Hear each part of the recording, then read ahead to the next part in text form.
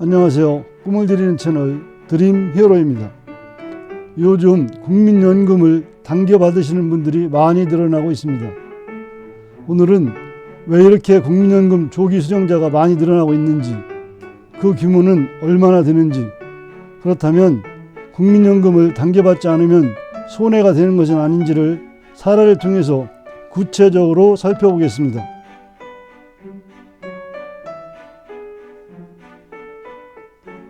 국민연금공단에 따르면 2023년에 조기 노령연금 신규 수급자가 10만 1,385명으로 10만 명을 첫 돌파하였습니다. 이는 노령연금 신규 수급자의 15.6%를 차지하는 높은 비율을 나타내고 있습니다. 노령연금 신규 수급자 중 조기 수령을 하는 사람의 수는 2021년 4만 7,707명, 2022년 5만 3,022명, 2023년 10만 1,385명이었고 2024년 상반기에는 4만 1,555명이었습니다. 국민연금 조기 수급자 전체 규모를 보면 2024년 5월 현재 90만 2천 명으로 이는 전체 노령연금 수급자 655만 명 중 13.7%를 보이고 있습니다. 즉 현재 노령연금을 받고 있는 사람 100명 중 13명 정도는 국민연금을 당겨받고 있다는 것을 알 수 있습니다. 특히 그 숫자는 최근에 신규 노령연금 수급자 수가 급격히 늘어나고 있어서 내년인 2025년에는 조기 수령하는 사람의 숫자가 100만 명을 넘어설 것으로 예상되고 있습니다. 그렇다면 국민연금을 당겨받으시는 분들이 왜 이렇게 많아지고 있을까요? 당겨받지 않으면 나만 손해를 보는 것이 아닌지 궁금해집니다. 그럼 먼저 국민연금 조기 수령 제도에 대해 알아보고 65년생 K씨 사례를 가지고 구체적인 금액을 파악해 보겠습니다.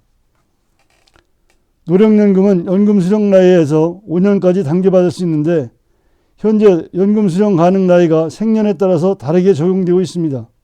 1961년에서 64년생은 만 63세, 1965년에서 68년생은 만 64세, 1969년생 이후부터는 만 65세가 수령 나이가 됩니다. 조기연금 수령 나이는 여기에서 5년씩을 빼면 됩니다. 그리고 조기연금을 신청하려면 충족해야 하는 조건이 있습니다. 그것은 첫째는 국민연금 가입기간이 10년 이상이어야 하고, 둘째는 현재 나이가 노령연금 수령 나이로부터 5년 이내여야 합니다. 셋째는 소득이 있다면 그 소득이 국민연금 A값을 넘지 않아야 합니다. 이에 해당하는 소득은 근로소득 및 사업소득을 말하는데 임대소득도 임대사업이므로 여기에 포함됩니다.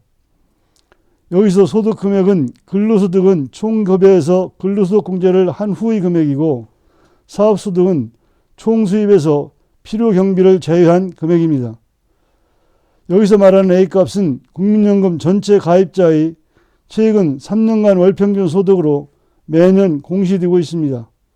2024년 현재는 A값이 298만 9,237원입니다. 그러니 소득이 있더라도 299만 원 정도를 넘지 않으면 조기 수령을 신청할 수 있는 것이죠. 조건이 된다면 국민연금을 당겨받을 수 있을 때 하루라도 빨리 당겨받는 것이 유리하겠다는 생각을 하게 됩니다. 그러나 여기에는 불편한 진실이 있습니다. 빨리 받는 만큼 연금액이 줄어들게 된다는 것입니다. 연금액이 깎여서 나오는 것이지요. 그렇다면 조기 수령을 하면 연금액이 얼마나 깎일까요?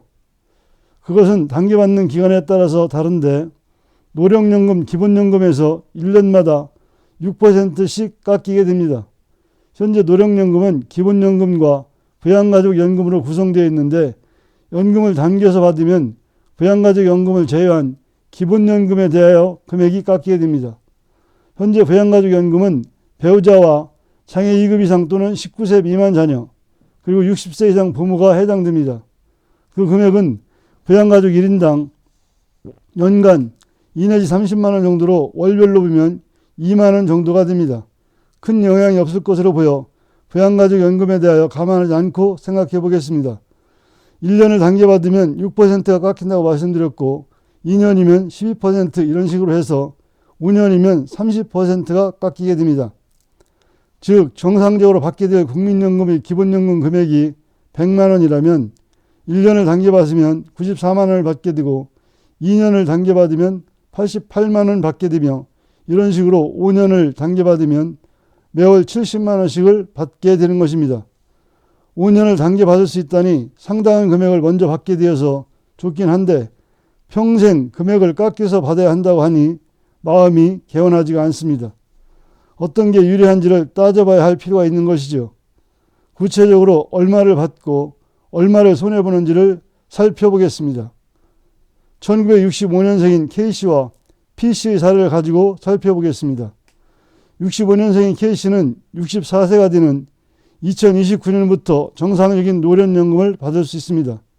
K씨는 60세가 되는 2025년에 퇴직하게 되면 1년 정도는 실업급여 및 기타 자금으로 버티다가 정상적인 연금 수령 3년 전인 2026년부터 국민연금을 당겨받으려고 합니다. 한편 P씨는 당겨받지 않고 정상적으로 64세가 되는 2029년부터 국민연금을 수령하고자 합니다.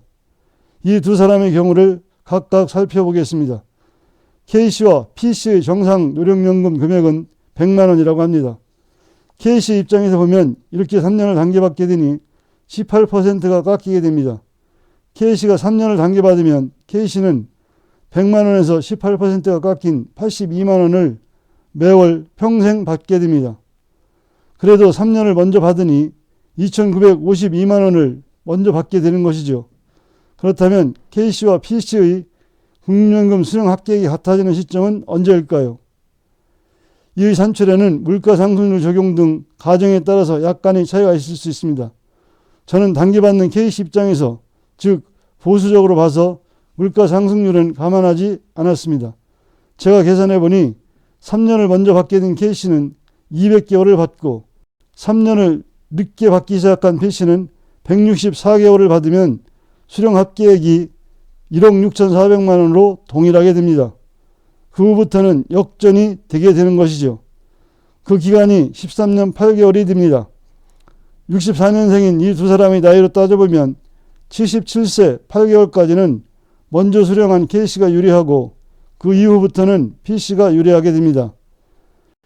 평균 수명이 82세라고 하고 요즘 수명이 늘어나고 있으니 노년 시기의 생활비를 염두에 둔다면 당겨받는 것이 좋다고 말할 수는 없는 것입니다. 그렇다면 연금액이 이렇게 줄어드는데도 최근 들어 왜 조기 수령을 하는 사람들이 급증하게 될까요? 가장 큰 이유는 운 좋게 60세 정년에 퇴직을 하고서도 연금 수령을 할 때까지는 몇 년을 기다려야 하기 때문인 것 같습니다. 그 기간의 소득 공백기를 넘기기 위해서 손해가 되더라도 어쩔 수 없이 당겨받게 되는 것이죠. 그리고 어떤 분들은 조기 수령 이유를 이렇게 말씀하시기도 합니다.